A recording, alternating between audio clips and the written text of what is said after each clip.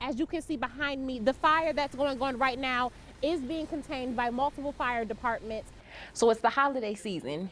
You're decorating your tree, putting up your stockings, and probably making your Christmas list. But are you checking it twice? Things are certainly going to be different now down at the district office as Representative John Conyers Jr. steps down from his position as a ranking member of the House Judiciary Committee. What's been left from this fire this morning can simply be described as nothing less than an absolute tragedy. I want to step aside for a quick second and I just want to take you inside of this building. Wayne State University received a bomb threat this morning aiming right here at the General Elections building. A son left with hand burns, a daughter having to pull her mother to safety, and neighbors that responded quickly. How this family of 6 was able to escape this burning house of flames. A house fire started at this home near 9 Mile in Van Dyke early this morning, but the actual first responders were the neighbors. So I jumped out my car and I ran up there and I bent the door back and I helped get her out and the other lady for her to come out. A grandmother in this family of 6, who's also handicapped, had to be carried out of the house on a blanket by her daughter. She don't walk or anything, so I had to drag her on the floor. And I got her to the front door and then we had some people that was driving past to help me get her outside onto her wheelchair. A family member believes the fire started from an electrical plug. Thankfully, everyone made it out okay. You can always replace wood, always replace furniture and clothes, but human life, that's what it's all about. No one was seriously hurt, but that doesn't replace what this family has lost during this holiday season. It's crazy because it's right before Christmas.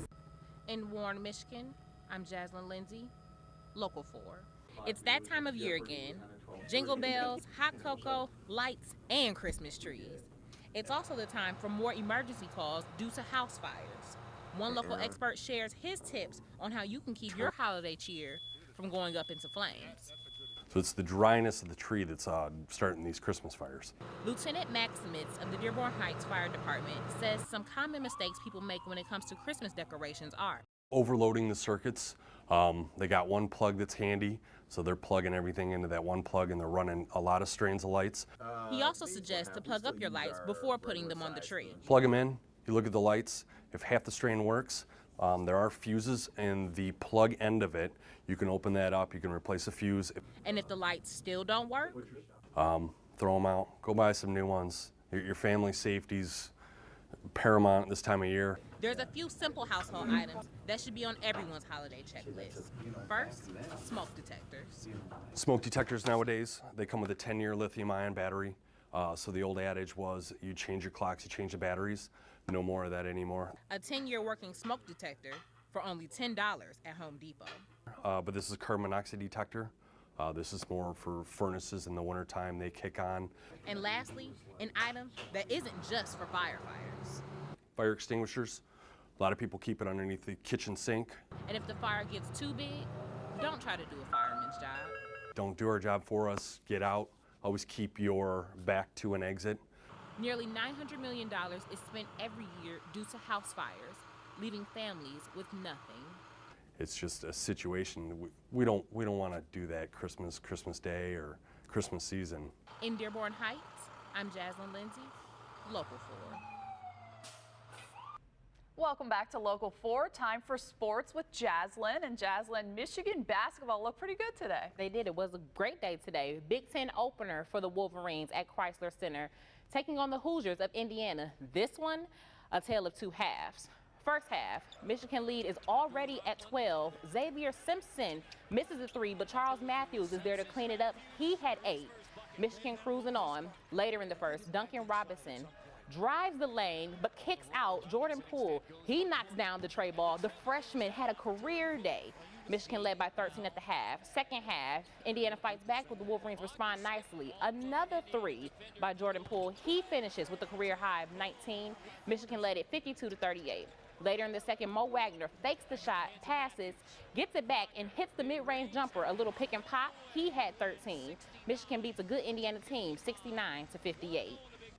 College football today. Over in the Big 12, it looks like the Sooners are on their way to the playoffs after a huge win today over TCU. First quarter, TCU driving. They hand it off to Kyle Hicks, but the Sooners force the fumble. Caleb Kelly picks it up and goes 18 yards for the touchdown.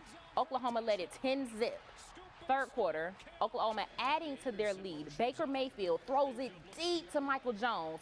He goes 55 yards to the house. Mayfield threw 4 touchdowns today.